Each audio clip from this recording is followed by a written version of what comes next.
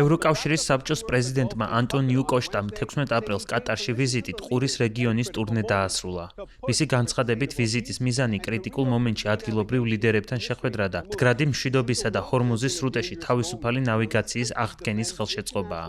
ანტონიუ კოშტას თქმით, მსოფლიო სახიფათო ეტაპზე გადადის და თუ ქვეყნები საერთაშორისო წესებზე დაფუძნებულ წესრიგს არ დაიცავენ, შეიქმნება ქაოსი, რომელსაც უკვე ვხედავთ უკრაინასა და ყურის რეგიონში.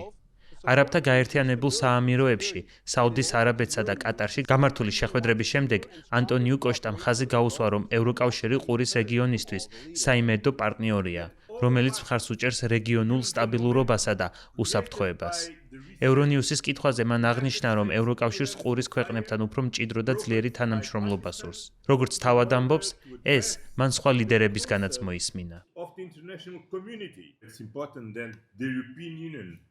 მნიშვნელოვანია, რომ ევროკავშირმა და სპარსეთის ყურის არაბული ქვეყნების თანამშრომლობის საბჭოს წევრმა სახელმწიფოება ითანამშრომლონ როგორც თავად ევროკავშირმა და საბჭომ, ისე ინდივიდუალურად თითოეულმა ქვეყანამ. ჩვენ ამისთვის მზად ვართ, რამდენიმე ქვეყანასთან უკვე ვმუშაობთ თავისუფალი ვაჭრობის შეთანხმებაზე. სხვებთან პარტნიორობა გვაკავშირებს, მოლაპარაკებებს ყველასთან ვაწარმოებთ. ფიქრობ, ახლა როგორც არასდროს მნიშვნელოვანია ამის მიღწევა.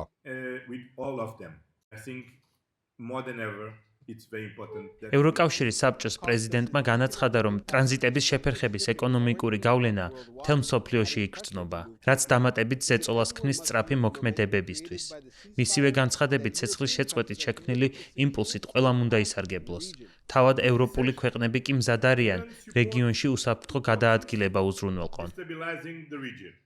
აუცილებელია შეერთებული შტატებისა და ირანის ცეცხლის შეწყვეტით შექმნილი იმპულსი, რომელიც პაკისტანის შუამავლობით იქნა მიღწეული ყველა მხარემ გამოიყენოს, რათა საერთაშორისო საზოგადოებაში ირანთან დაკავშირებით შექმნილ შეშფოთებას უპასუხონ. ეს რა თქმა უნდა მოიცავს ბირთვულ პროგრამას, ასევე ბალისტიკური რაკეტების პროგრამასაც. ირანი ორ პროქსი ძალას უჭერს მხარს, რაც რეგიონში დესტაბილიზაციას იწვევს და საერთაშორისო საზღვაო გზებს ბლოკავს. ამ ომს უკვე ჰქონდა დამანგრეველი შედეგები, რომლებიც მთელ მსოფლიოში იგრძნობა და ეს დღითი დღე გაუარესდება. თუ ამ კონფლიქტის გადაწყვეტის გზები არ მოიძებნა. ჰორმუზის სრუტეში თავისუფალი გადაადგილების აღდგენა კრიტიკულად მნიშვნელოვანი და სასწრაფოა. ევროპა მზადაა გემების უსაფრთხო და შეუფერხებელი გადაადგილების უზრუნველყოფას შეუწყოს ხელი. ეს იმ ქვეყნების იმ კოალიციის მიზანია, რომელსაც საფრანგეთი და გაერთიანებული სამეფო მსოფლიო პარტნიორებთან ერთად აყალიბებენ.